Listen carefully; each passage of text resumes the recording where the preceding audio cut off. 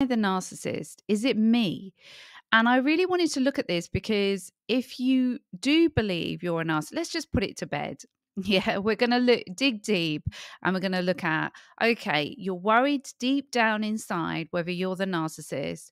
And maybe that's making you question and doubt yourself and making you feel worried. And we're going to look at the traits and we're going to look at if this really is something you're struggling with, you can then do something about it. If it isn't you, then you can move on from it feeling a bit more assured. Now, if you're new here and this is a new YouTube channel, I really appreciate every single person that is watching my videos and that has subscribed. I cannot tell you how much this means to me. I genuinely want to do as much as I can for people that have been in toxic relationships because I understand what it's like to have gone through something like this. Now, it does take a whole community of people to actually heal from narcissistic trauma. When we're dealing with narcissistic trauma, the truth of the matter is it's not just the narcissists themselves that we're dealing with. It is every single person that doesn't understand narcissism. It's every single person that is enabling the narcissist. And sometimes it's, the court system, sometimes it's, services, they just don't understand. So we together have to support each other. And one of the ways that you can do that is through subscribing, is through being part of communities and helping more people get the support that they need. Okay, so let's look at, do you have narcissistic personality disorder or do you have some narcissistic traits that pop up every now and again? So we want to get clear on that because obviously narcissism and narcissistic traits, they're two different things. In the same way, you can have anxiety and fear sometimes, and all of us have fear sometimes. It doesn't mean that you've got generalized anxiety disorder, right? You just might have a bit of fear. Now, if you've been in a toxic relationship, you will feel fear a lot of the time. You might have anxiety, but that might not be a generalized anxiety disorder. It might be PTSD. So let's look at, for instance, also understanding that maybe when you were a teenager, you might exhibited more narcissistic traits. That's okay. Please don't start judging yourself that, once you were mean to somebody or once you dumped someone, that means that now you're a narcissist. It's not like that. We all have some traits of narcissism because we have a sense of self. It is a scale, but that doesn't mean we've got full-blown narcissistic personality disorder, which is somebody that has a disorder of a personality that is living in that most of the time. And if you find that some of these traits line up and maybe you are going through dealing with narcissism, then it's really important to see a professional to get properly diagnosed. This isn't something, this video isn't something that you should be using to diagnose or undiagnose yourself. And I'm going to repeat that a few times. This is not a video for you to diagnose or undiagnose yourself. It's just a way of, putting your mind at rest to some degree and then deciding what you need to do. So if you are really doubting yourself, it's important to get professional awareness or treatment so that you can move forward. Now, the underlying trait that I really want to go through with narcissists is that whole sense of lack of empathy. This is really vital that we see this. So many studies have shown that their brain can't make the connections for empathy like someone that has empathy can. It's a fundamental issue where everything arises from the fact that they are unable to have empathy for other people. They do have empathy for themselves because everything is about them, hence why they do play the victim all the time. But they are unable to see the impact of their behavior on you because they lack empathy. And that is seen in the brain. They're not able to make those connections. So It's really important to understand this, the basis of this. You don't get the empathy, understanding. It's all about them all the time. And sometimes they make you feel bad that it is about them. Let me give you an example. And some of the things that maybe you can go, oh my goodness, you have an aha moment because you'll realize this is ridiculous. For instance, someone who has narcissism might be in a relationship and their partner actually goes and gets hurt in an accident and it's quite severe. Instead of actually thinking about their partner and worrying about them like someone that has empathy, you might worry about the impact on somebody else. They will actually think about, oh my gosh, they're so selfish. What about me? How could they do this to me right now? I'm going through such a tough time right now, and they go and have an accident. I mean, it is ridiculous. And, they will twist everything and make it all about them somehow. And this is really a good example to help you maybe see how it just doesn't make sense. It's so confusing. Actually, the person that is suffering and in pain, who's in hospital, maybe is the person that needs support, not the narcissist. But somehow they will turn it all around to be about them. Another example is, narcissists love having children, but not for the reasons that you and I might think. It's because they want the child to represent them in some way. So they will have a fake persona and they want the child to show them in the best light. So for instance, if a child has some sort of issue, say if the narcissist always wanted their children to be really good at sport and their child is no good at any sport or football or soccer in particular, and they will then feel like they have to grieve and be upset and feel like the victim because their child isn't good at sport, isn't doing well at soccer. They will feel that. So some of the questions that you might want to ask is, when it's about someone else, do I want to take all the attention as though I'm the victim? And you can work out the answer to that. So if you do, you might have a narcissistic trait there. Another narcissistic trait is some narcissists think they are superior. They pretty much will be looking at everything. Like, for instance, if you're listening to this or watching this and you're looking at how can I show that I am better, they will always want to be better than you. They will look to devalue you. They will look to find faults in you.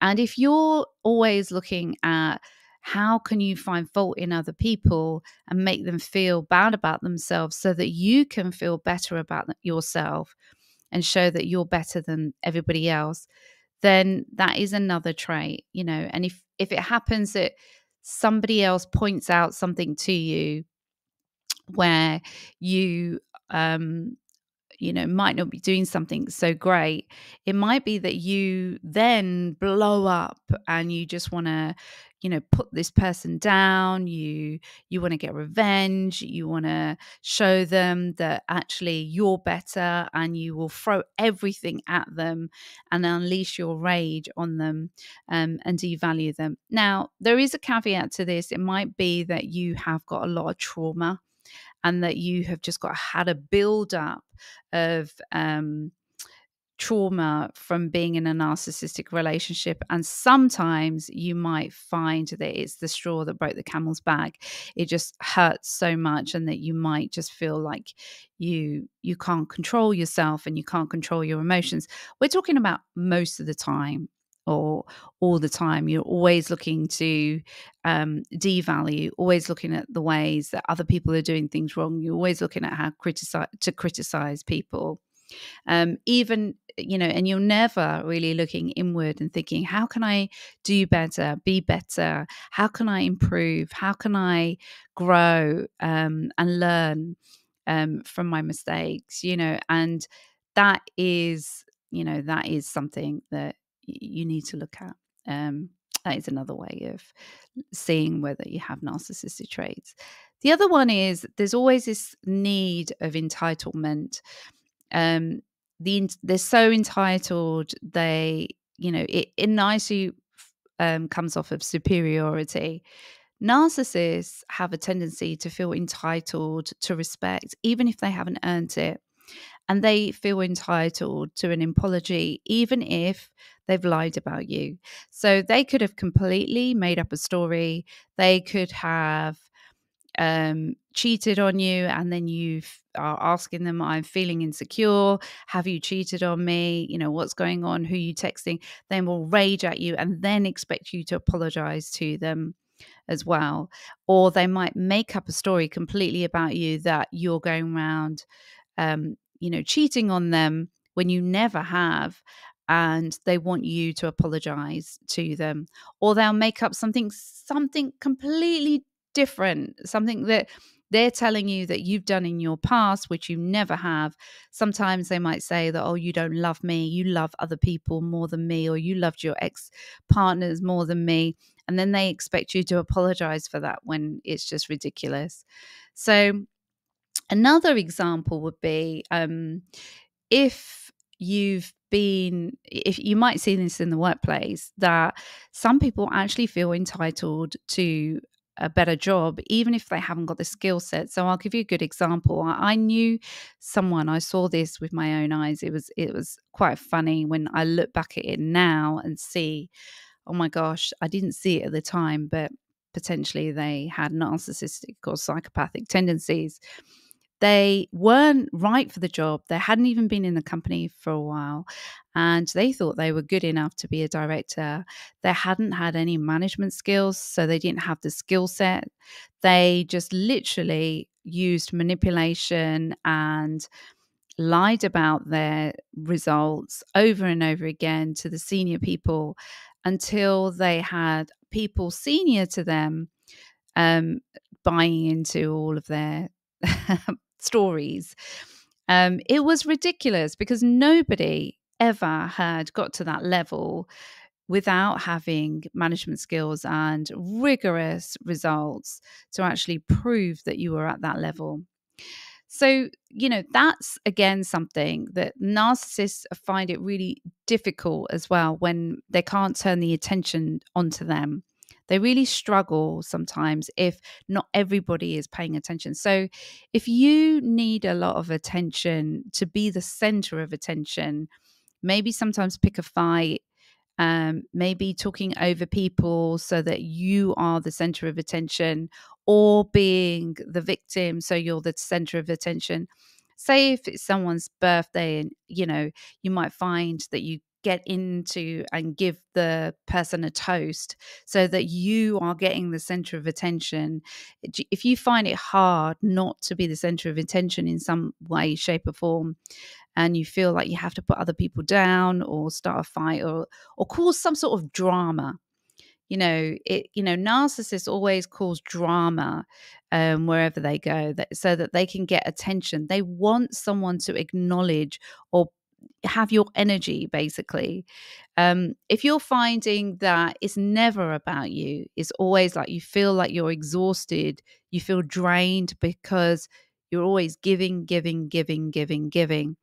it's unlikely that you have narcissistic traits.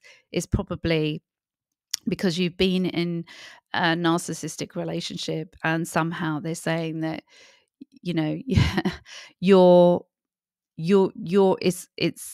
it's got to be all about them, and if you even ask for a slither of attention, they call you selfish and narcissistic.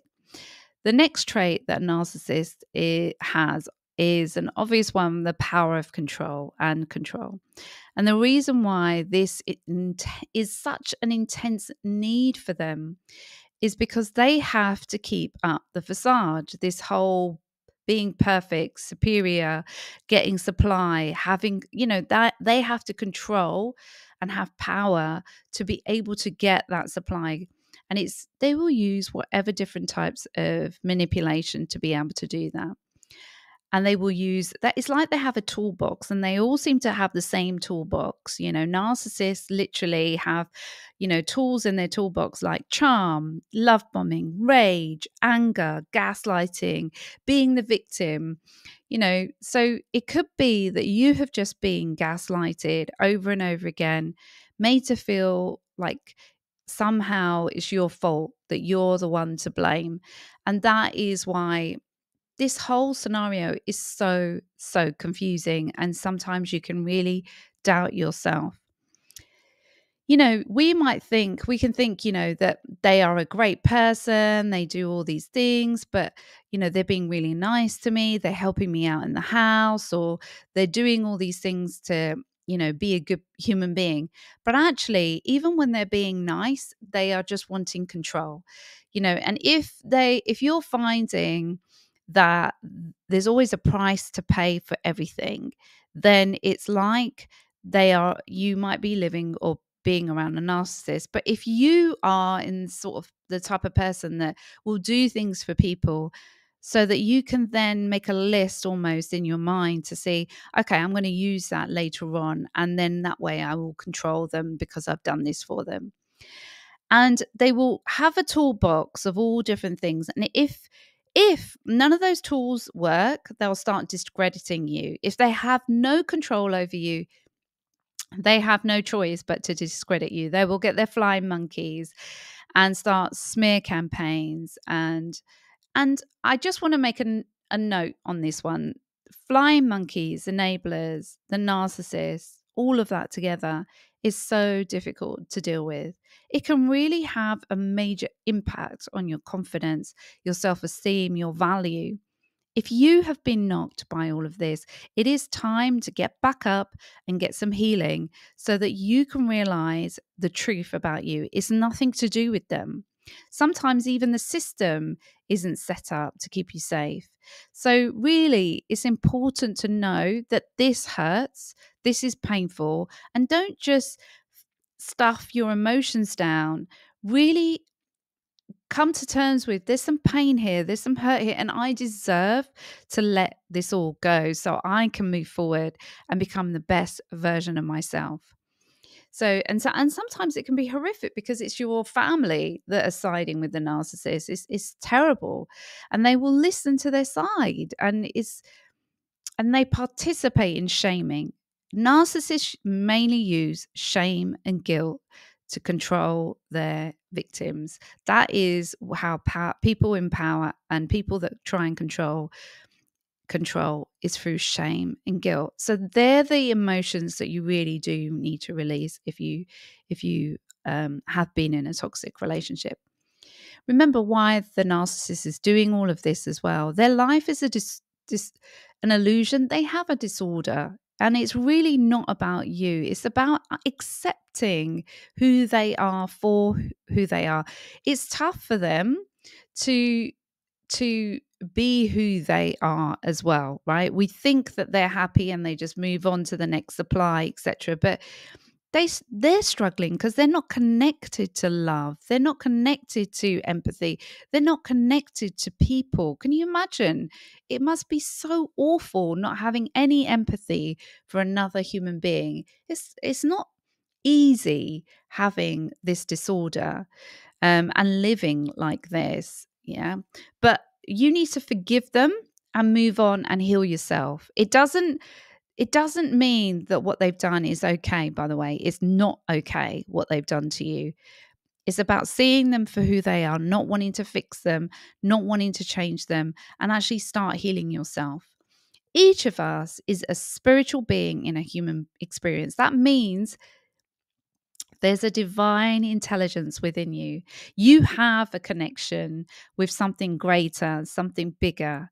And this kind of behavior is like nonsense. It doesn't make sense to you. None of this behavior is going to make sense to you. None of it will.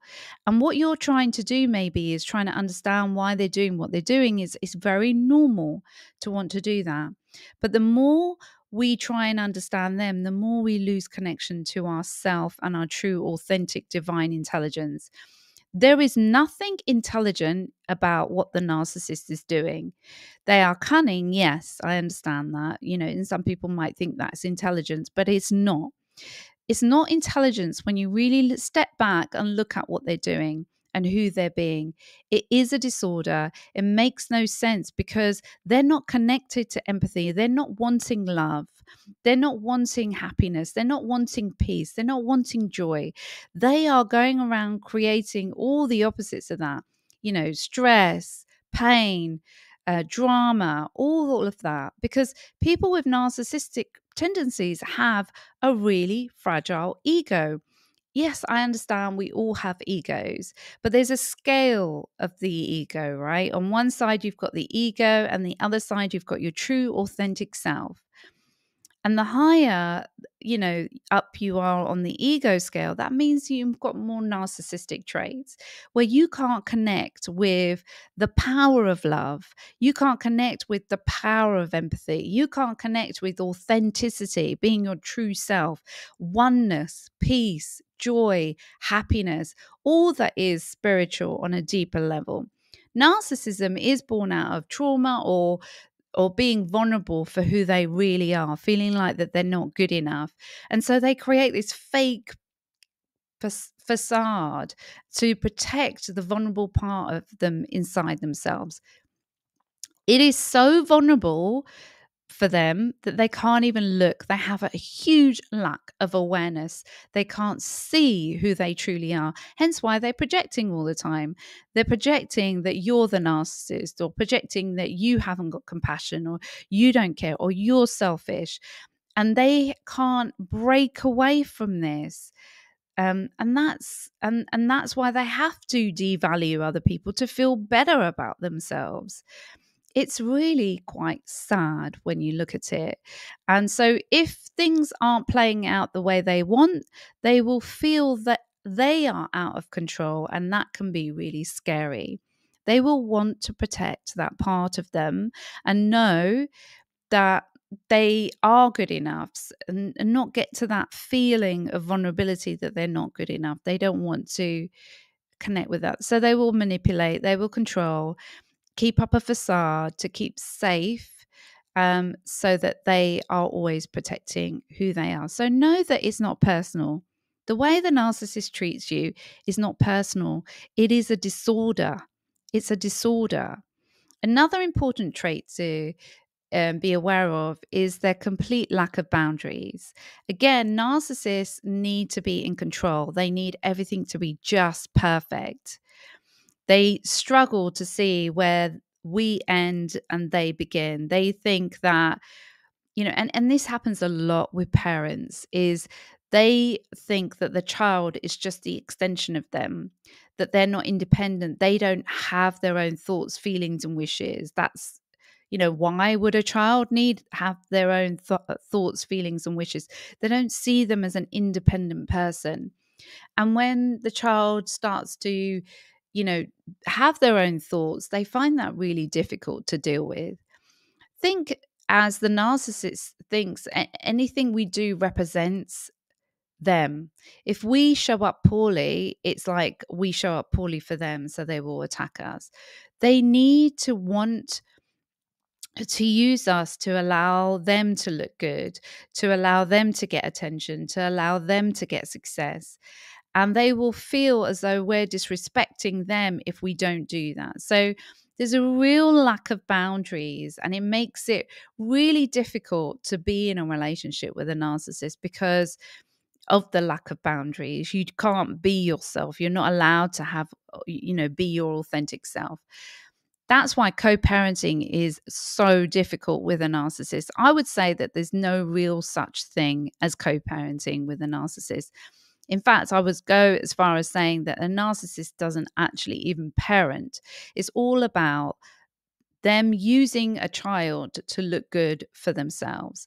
They want everyone to be seeing them as a good parent. It's the persona, it's the look that they want, but they don't actually want to do the parenting itself. They don't want to actually be involved in nurturing and helping a child grow and develop into their own self. They want to control the child to make them look good. Again, there's no independence there. And if you try and uphold any boundaries, they will lash out, they will have a tantrum, they will push back. And it can be really, really difficult to put boundaries in place. And this is where you have to be really careful if you are in a relationship with a toxic or narcissistic person. If you want to put boundaries in place, you really need to be ready to put the boundaries in place, because you're going to get a lot more pushback. Another key trait is that they never take responsibility. And this can be so difficult because all the responsibility for everything is slowly but carefully placed on you, where the narcissist just doesn't take responsibility for anything. They are incapable of offering a true apology, a real true apology. Now, if you get a true apology, that means that most people will apologize, understand what they've done, and want to change their behavior. They can't take ownership of what they have done. They can't take ownership and see their own mistakes. It's really hard for them to acknowledge what they have done. So sometimes this is a real issue for people that have been in toxic relationships. We're waiting for the person and we're stuck. We seem to feel like we can't move forward until the narcissist or the psychopath actually apologizes to us for what they've done and actually acknowledges everything that they've done to us. It's never going to happen, I'm afraid. And honestly, you don't actually need them to acknowledge your pain. You need to acknowledge your pain. That's the only way healing happens, is for you to acknowledge what's happened to you and the pain you felt and start healing yourself. It's only then you'll be able to let go. What they do or anybody else says outside of you isn't going to mean that much to you. It means more to you if you start to acknowledge that pain. Narcissists are always looking for someone outside of themselves, like scapegoats, that they can blame and shame. So they can displace that shame and guilt they have about not being perfect and for having to create the persona of being perfect in the first place. They just find it really difficult. Well, they can't admit that they are wrong in any way, so they have to create a new facade. Because if they had to admit that they were wrong, then everything would crumble down to the ground. Everything about them, it would be really, really, really difficult for them. The next trait I want to go back to again is empathy, because I think this is key. If you can understand that they don't have empathy, and I know it's incredible, it's so difficult to understand why or how, or how can someone not have empathy? How can they not have empathy? And a lot of our own pain is created from the fact that we're expecting that narcissist to have empathy and to think that they have having empathy, they've hurt us in this way. They don't have empathy. They don't have that capability. And it's really, really difficult for you to come to terms with what they have done, because you do have empathy for others and you wouldn't want to treat anybody the way that they've treated you. So it's like, if someone got hurt and really badly hurt, they wouldn't feel anything for them. They would be feeling for themselves, the impact on them. They don't feel for another human being. So imagine, as you're watching something on the news and you start crying, they'll be looking at you thinking, why are you crying? You're so weak. You're so emotional. You're so over the top. And hence why they devalue you for your empathy, for your emotions that you express, for wanting empathy, because they don't have they don't have that ability. And so they will devalue you for wanting empathy, for feeling empathy for somebody else, unless it's for them, obviously. Someone with narcissistic tendencies or someone with narcissistic personality disorder doesn't feel that empathy. They can understand empathy from a cognitive level, and that's what they've got in their toolbox, is understanding how people work. But they, in essence, see empathy as a weakness. They feel that being connected to somebody else is a weakness. And that's why they're not connected, like we talked about earlier. If you're connected to your authentic self, you're connected to all. You're more spiritual, you're more in your higher being. Whereas if you're more egoic, you're not connected to people. You've got a big ego, and in order for us to evolve in this human experience of life, right, we need to get to knowing that we are all one, that we are part of the divine, we are limitless. And if you look at what the ego is about, it's all about limits. It's about limiting other people. It's about trying to feel better about themselves. It's about, limiting others so that they can feel bigger and better, rather than finding the greatness within and allowing and inspiring others to feel great within. It's so sad that they don't have that ability to connect with themselves. So they're unable to really feel that empathy, and we can see that in brain scans, etc. as well. So what I wanted to say is that if you are answering or thinking, oh my gosh, I have got narcissistic traits, or no, I don't. I think I was just gaslighted. Either way, you will need some support. And if you're looking for more support, I do have an incredible program called the Heal to Thrive program. It is incredibly intensive, and that so many people are healing beyond what they thought they would, because it's all about getting back to your self-worth, your confidence, to actually experience self-love, and to really make the best of your life moving forward. And if that is something that you really resonate with, if you resonate with cultivating more understanding, more compassion, more love, more self-worth for yourself, then this program probably is aligned to you, where we genuinely heal a lot of the trauma that we've experienced through toxic relationships. Also, that we can express who we truly are, and to actually start living that limitless life, so that you can transform your life to actually experience that everything is available to you. You can heal. You can have that life that you want. But it's just a matter of healing the trauma so that you can find that you are good. You are amazing, that nothing is good or bad. It's like there are grays, and you're a human being, and it's okay to have made this mistake, but you can forgive yourself now with compassion, with love, and start on your healing journey. Now, if that's you, I only take a limited number every month of people onto the program. If you are interested in that, then please do look in the resources section and download the masterclass, and we can see if we're aligned to work together on the Heal to Thrive program. In the meantime, sending you so much love, and always remember, love is the greatest healer. So the more love, compassion, and worth that you can cultivate within yourself, the more you will heal and start living a life beyond what you can ever even imagine. Sending you so much love. Till next time.